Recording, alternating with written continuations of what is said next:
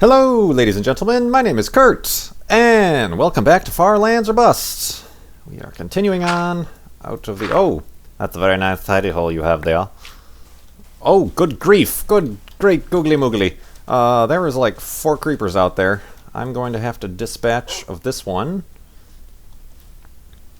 Did he see me? Oh, I guess he gave up. Gotta make sure there's none creeping up behind me. I'm gonna act like a raptor. Clever girl. Alright, you're gonna die, son.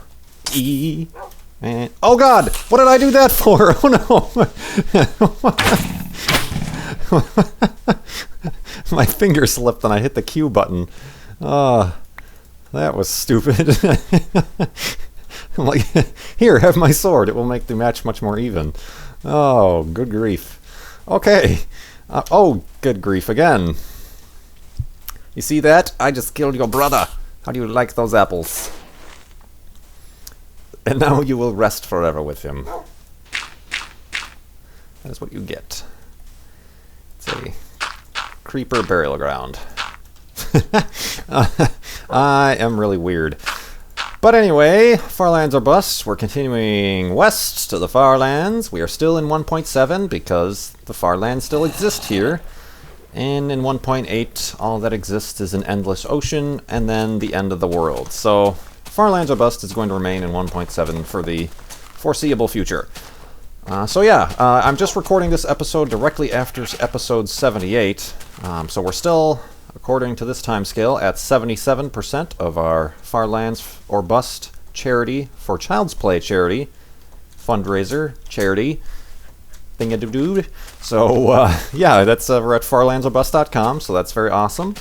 But I also just checked before this episode, and we are at 1,139 megabytes for this world. And this is a dangerous place to be for Wolfie. Why do I always choose these giant cliffs to start walking on, and then I have no way down? I am a terrible adventurer. Woo. Alright. Backtracking. Oh, another creeper. I guess I can go for the hat trick. Hello there. 1, 2, 3, and you're dead. Oh yeah, there's no critical hits in 1.7. I gotta remember that too. Yes. So, Farlands, continuing on. I do want to thank, I forgot to mention this last episode, but I did this past Wednesday do a live stream, an impromptu live stream that ended up lasting a little bit longer than I anticipated because I was having so much fun. But I think I've pretty much come to the conclusion that I've got the best quality that I can on Twitch TV, so I think that is probably going to be where we do our live stream for the celebration for the fundraiser. So certainly look forward to that. I did a live stream test there on a Wednesday night. I was just kind of playing around, and then I noticed somebody popped up on Skype for me, and I had a guest, none other than Nia of 2 Girls 1 Minecraft. Of course, it is Nia and Misconduct who do the 2 Girls 1 Minecraft. I did the Pharaoh's Curse map with them, and they have their own channel at 2 Girls 1 Minecraft. It's very funny, so you should all go check that out. But she joined me just on Skype, not on the stream. So we kind of did an impromptu little question and answer radio-style podcast interview thing there. So thank you very much to Nia for joining me there. We also we eventually did join the 2 Girls 1 Minecraft public server for a little bit, and had some hijinks on there, which is one of the reasons I was having so much fun there, because I never joined multiplayer servers, you know that, but a bunch of people from the stream who were watching the stream were able to join, and then we were having all kinds of hijinks. They were running around trying to kill me, and I was killing them, so it was good times indeed. So I'm looking forward to doing the 8-hour, 20-minute one. Ow! One. Although I'm going to have to have a steady supply of coffee for that. But yeah, I just wanted to quickly shout out and thank Nia from 2 Girls 1 Minecraft. That was tons of fun. And you can still go to Twitch TV. My Twitch TV account is conveniently KurtJMac, just like the YouTube.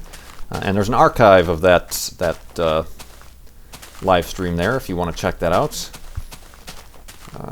Good times, good times. But yeah, that's how the live stream thing is going.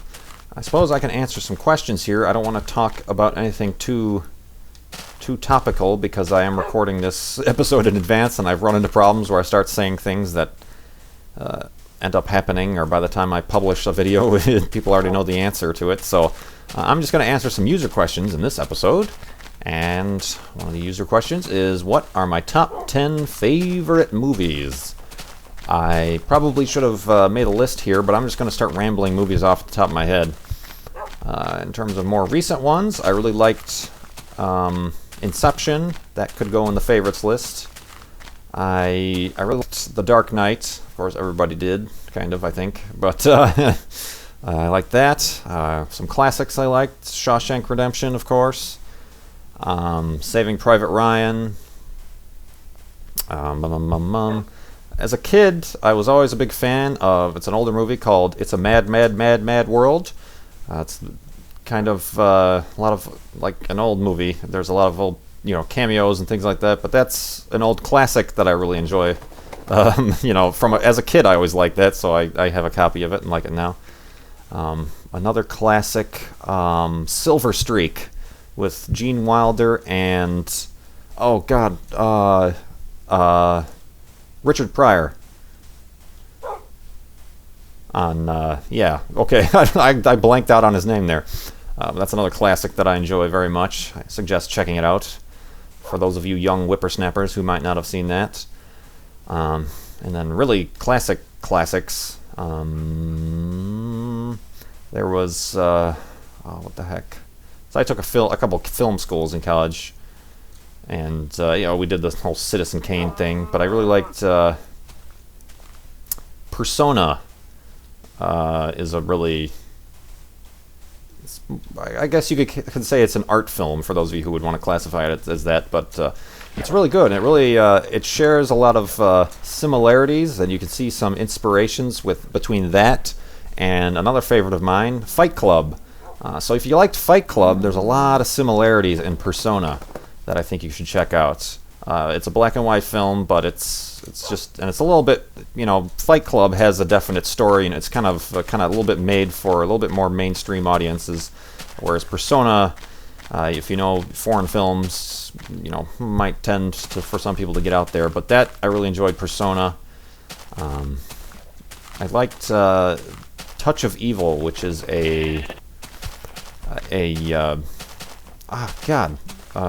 Citizen Kane, director. That guy. Orson Welles. Good Lord, what is wrong with me? He did Touch of Evil is another one, and that one actually, it's very famous for having really long, uncut shots. And for those of you who know movie making, a lot of movies, when you watch the finished project, are the film, are, lots of cuts and edits, and you back and forth to this guy, next screen. But Touch of Evil was really well known for having just really drawn out, uncut pieces of film where they would just do it in one take, one camera, one roll of film, really complicated shots. So that's, just technically an excellent movie, which also, and brings me back to current similarities, you can look and see a lot of that in Children of Men is another favorite of mine, a recent one. I think they, instead of using film, they use a lot more digital technologies to make things seamless, make some of the scenes very seamless. But there's some really long, there's like a 13-minute long scene in that where it's a car chase sort of scene, and it's very difficult to figure out how they do it, because it starts out outside of the car, and then it goes into an interior shot of the car, and it's all this very complicated dialogue, and then chaos ensues, and there's all these stunts and explosions and tricks. And then it's all one uncut shot, it never ends. and then the camera somehow gets from inside the car to outside the car. And then, the scene ends. And I'm sure that was done with a lot of, digital cuts and trickery. Or maybe not, maybe it's something else. But it's that sort of stuff that really excites me about the technical side of film. And who else did that? I was thinking of the opening scene of Children of Men is very excellent.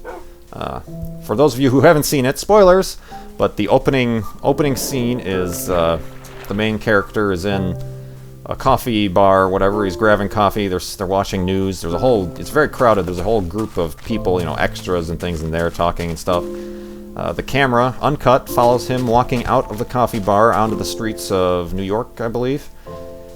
Follows him out. He walks a couple, like a half a block down, not even, just a couple storefronts down, and, buys a newspaper or something. And then the entire time, the coffee shop he just came out of is in the shot also in the background. And it's uncut, and then all of a sudden, spoilers, the coffee shop he just walked out of, not, 30 seconds ago, blows up. The one that was filled with all these people. And it's like, whoa, what? There's all those extras in there. How did they do that? But like I said, I'm sure that had to have been some sort of digital trickery going on there. But that's just kind of an awesome thing. I like when you can really tell the difference from a well-made movie and, a movie that's just sloppily cut together. Transformers, for instance. Those piss me off.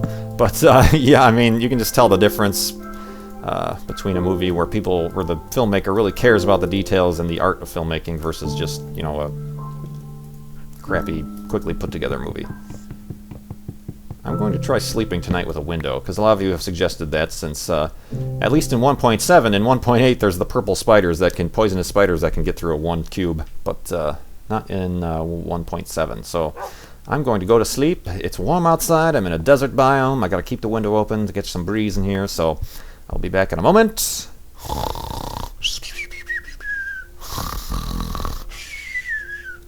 I was just thinking, it'd be really funny if as I was sleeping, a creeper would just suddenly appear, show his head. That would be pretty good. But yeah. Oh, god dang it. See, in the last episode, didn't I just, place down 2 wooden blocks instead of my workbench, and now I'm placing down my workbench instead of a block? What is wrong with me today? There. Alright, Wolfie, let's continue on. But yeah, that's, I think that's where I was going with that. So yeah, I don't know if that was 10, but I was just talking about movies there for a little bit. I most recently, this past weekend, saw Contagion. I'm not sure how many of you saw that. I'm not gonna, there really isn't much to spoil. If you've seen the trailer, you kind of know what's gonna happen, but it was good. Not the greatest, but it was good. And I was kind of joking, because it's, for those of you who don't know, it's all about, a disease that starts to spread, almost like Outbreak was, only this is more on the global scale. But it's all a disease, a respiratory, bird flu type of disease. So, the people who get it always start coughing and hacking. And I made a joke that, a really good social experiment is if after you watch that movie and you're walking out with the crowd, just start coughing very loudly and start to see the reactions from the strangers around you. You will certainly get some dirty looks. But yeah, that was pretty funny. Yeah, that was pretty good. Like I said, it was good. Certainly maybe worth seeing in a theater. But, you could rent it or wait for Netflix, whatever. But I don't go to the theater that much anymore. Not alone just because I have Netflix and theaters are expensive and they really put you over the coals to just see a movie. I'll only really save movies I really want to see for the theater. So but I also don't go.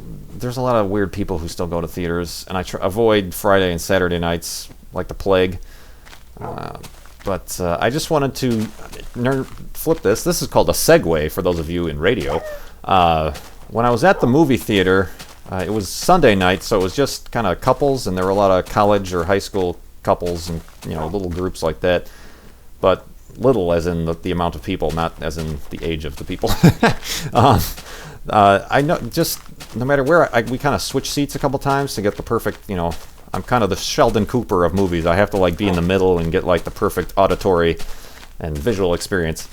But I just sitting there during the movie, and as people were sitting down, just overwhelmed with wafts of body spray and cologne. Seriously now, that's not necessary. I never did that when I was that age. And, awesome. I don't know how physically this is possible in terms of the leverage that's going on here, but I'll agree with it. Defying the laws of geography. Geography? I meant geology. I should know that. But yeah, just seriously, guys, the body spray. I know recently there's been a big marketing push where, you know, you'll see the commercials where somebody puts on this body spray and then suddenly a whole gaggle of beautiful bikini-clad women start climbing all over him.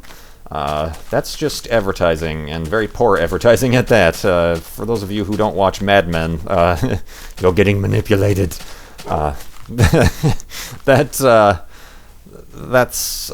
just horrible. So don't, please. The gentleman's rule is, if you're going to wear cologne, only wear enough to be smelled within the embrace of a lover. And if you're going to wear body spray, only wear enough to be smelled by no one, because body spray is terrible. So that is the rule right there. Everybody should abide by that. If you wear so much of it that people 4 rows away in the theater can smell you, then it just smells like you're trying to cover up something. And that's just not the way to go. So please, take it easy on the body spray and the cologne. That's... Anyway, and I'm sure my 9% female subscribership will agree with me.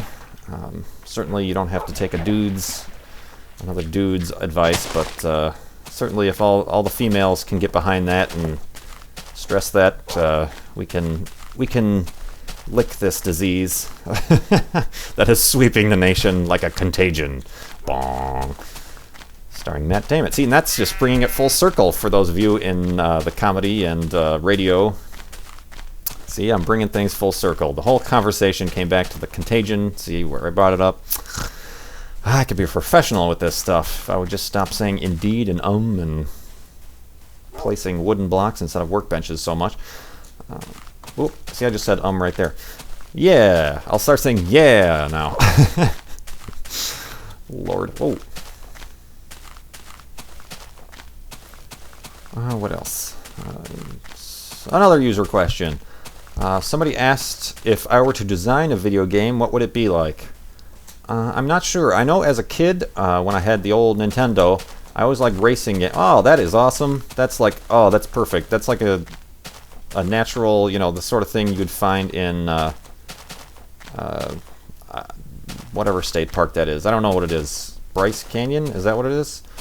But, yeah, those cool natural bridges that are formed by thousands of years of wind and erosion.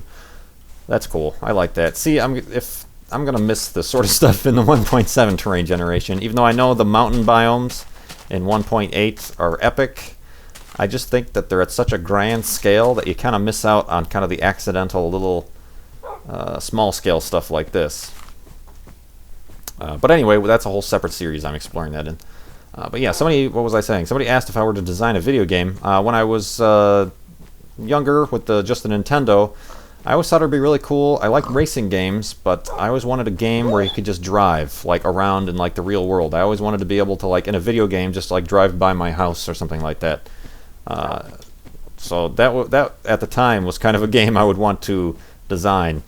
And then, of course, the PlayStation came out, and at the time, my favorite game turned out to be Driver, which, as you know, or as you may know, is one of the first games to have, like, an open-world driving game. It wasn't a real-world thing, obviously. It was kind of based in San Francisco, but it really didn't correlate with the actual San Francisco map. But then from that came... I really liked the Driver games because it was also made by the people who made Destruction Derby 2, which is one of the greatest games of all time on the PlayStation. It was just a really good game. And then, of course, like I was saying, the Grand Theft Auto games came out. It kind of picked up where they stopped off. And then, unfortunately, I think the Driver games tried to keep playing catch-up, and then it became less about the driving and more about what you do outside of the car, and it became, blah, blah, blah, blah, blah. But I really liked... And even the Grand Theft Auto games, I think, started to become a little bit too much about that.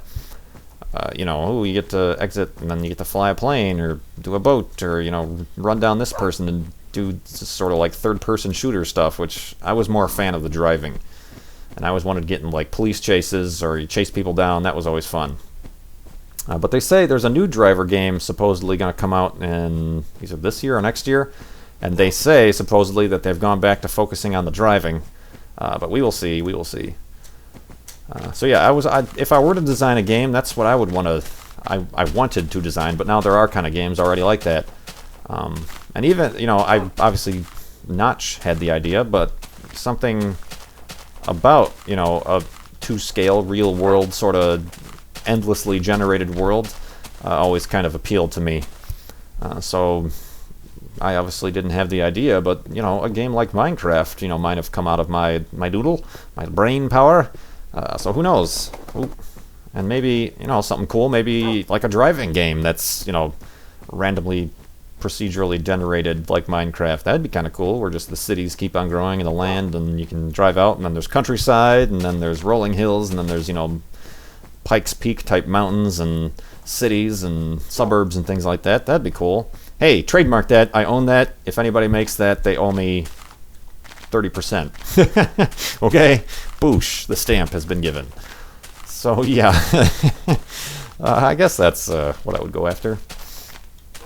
But yeah, like I mentioned a while ago, I first got into graphic design and then eventually web design because I like computer graphics because of video games. I wanted to be involved somehow in art production or art direction in video games. I really enjoyed it almost as like an art form, but that never happened simply because at the time you couldn't really, there was no like, I'm going to be a major in video games. There's no, at least in the Chicagoland area, maybe out on the West Coast there's programs like that, but certainly in the Chicagoland area, other than Midway Games, which I don't even know if they're still around, they might be bankrupt by now.